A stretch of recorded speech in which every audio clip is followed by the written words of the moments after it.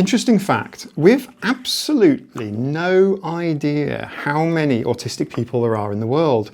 It used to be set at the suspiciously round number of 1 in 100.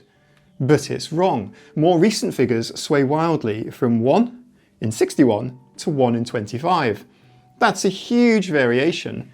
We obviously don't have a clue what the real number is, hey Sabes, but one thing is clear.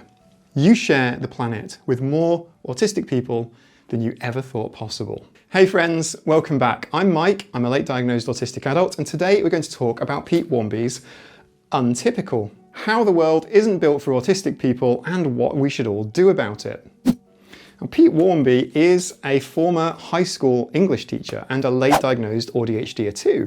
He's also the parent of an autistic child. His book is a biography, but it focuses on his experiences at work in the busy environment of a British secondary school. It was published last year and was one of my earlier reads. I'm going to also give away this copy of Untypical by Pete Wharmby to one lucky viewer. So watch to the end and find out how you can win this copy posted to you anywhere in the world. Now, it's written mostly from Pete Wharmby's experience and covers several aspects of the autistic experience, and one in particular that Pete Wharmby is well noted for, which is, as I mentioned, his experiences as a teacher, but also as an unidentified autistic student in his younger life too. We're going to focus on the schooling chapter of the book, and he calls this School, the harshest environment. Who else agrees? Bringing up room layout and structure of school buildings isn't actually something that I've heard from any other autistic advocate, but Pete says this is one of the bigger reasons why neurodivergent children struggle in school.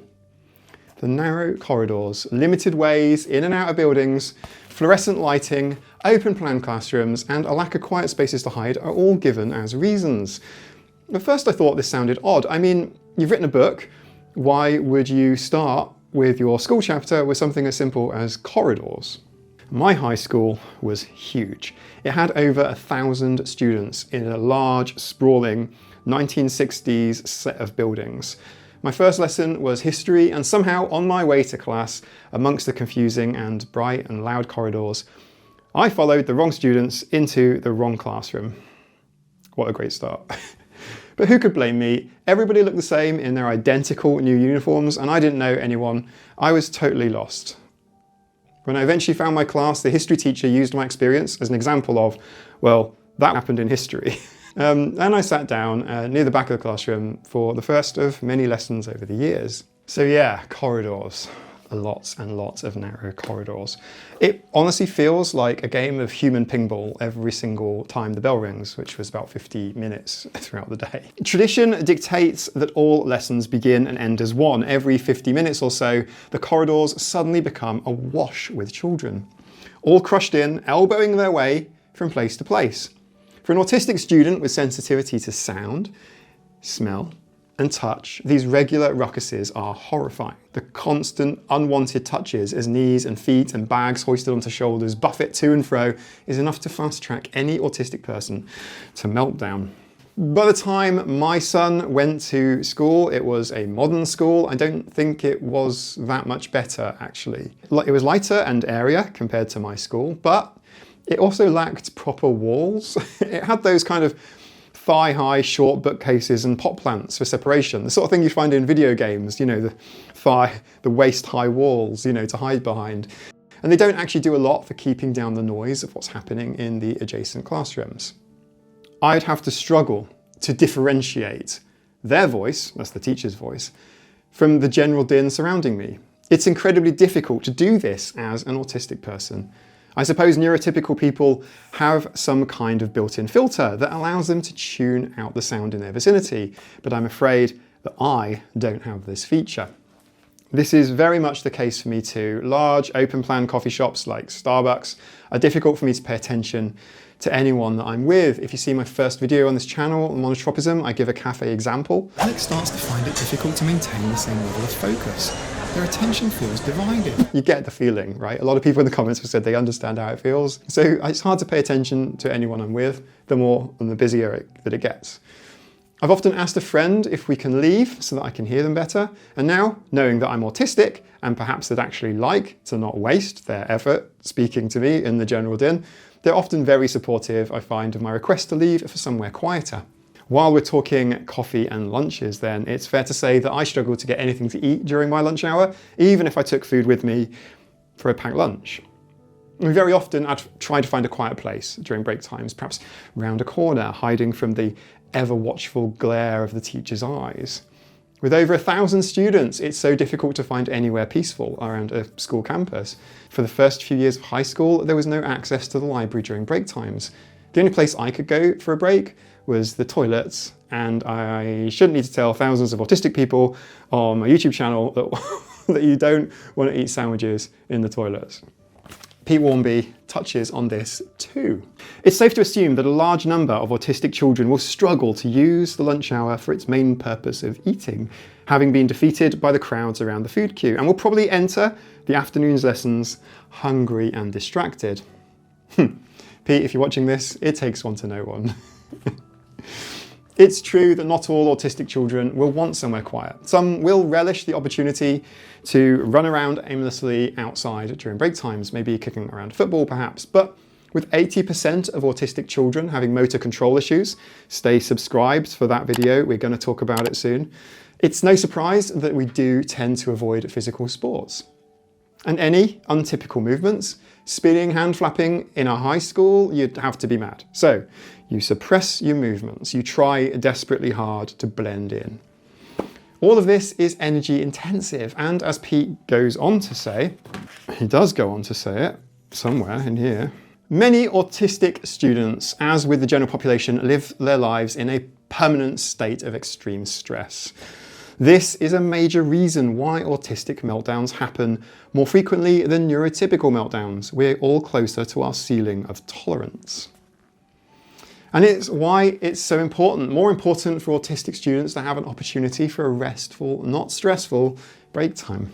Pete, wearing his teacher hat, goes on to identify the restful places, areas hidden beneath staircases, little cupboards filled with books, or offices or other rooms that are rarely used. He says, it's just that children typically are not allowed to be in these spaces. Teachers on duty are tasked with rooting them out and ushering them outdoors into the glare of the sunshine and their curious classmates.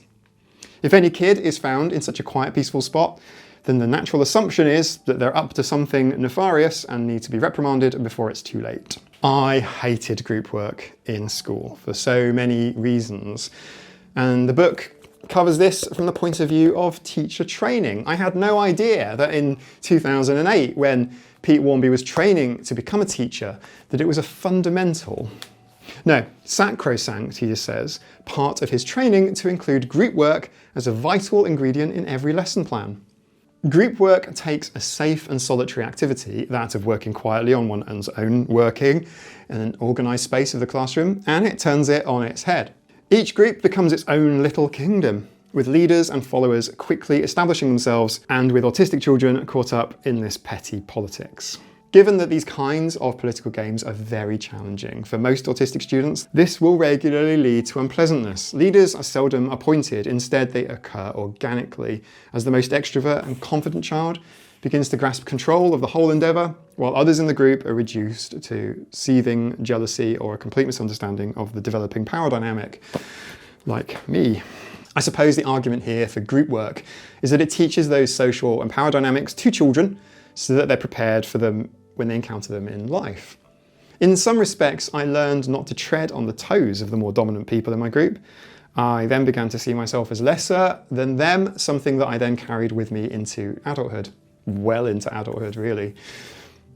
On some occasions, I would be picked for a group, and that was usually in science, and it was only so that I could do all of the work on behalf of the group, usually while the other students are just messing around. Now, it's fair to say that things are improving. Autistic parents in our Scratching Post Discord have told me that there are improvements now compared to their school days.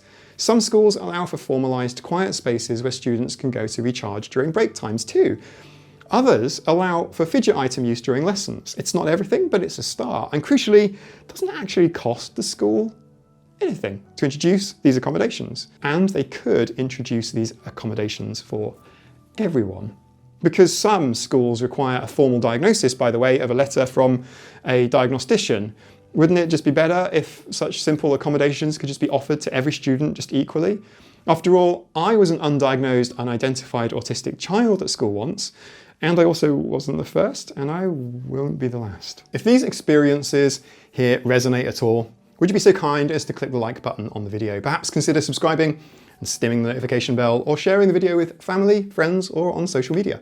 Untypical is an excellent book. It covers multiple aspects of the autistic lived experience, and uniquely to this book, from the viewpoint of a high school teacher. It's one of the books that I purchased myself. In fact, I have it on Audible, on Kindle, and also this hard copy, which I only bought so I could give it away to one lucky viewer. On Saturday, we're going to have our book club live stream. During this live stream, one lucky viewer will win this book. It'll be signed by at least one of the cats too, posted to you anywhere in the world. So please see the video description below for details and times in your time zone. This week, I'm doing a Taylor Swift and dropping not one, but 2 exclusive Patreon videos this month. The first is a response to Dr. Chris Palmer's medical misinformation on why autism and ADHD diagnoses are increasing and what he proposes should be done about it.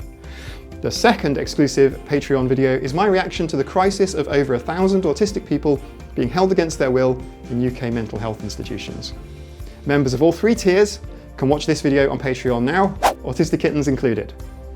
Patrons also gain access to the lovely Scratching Post Discord, and if you join the Autistic Cat Crew or Tiger Team tiers this week, you'll get one of these 2 lovely badges. To learn more about the 6 harmful ways that autistics mask, featuring Dr. Devon Price's book Unmasking Autism, watch this video next.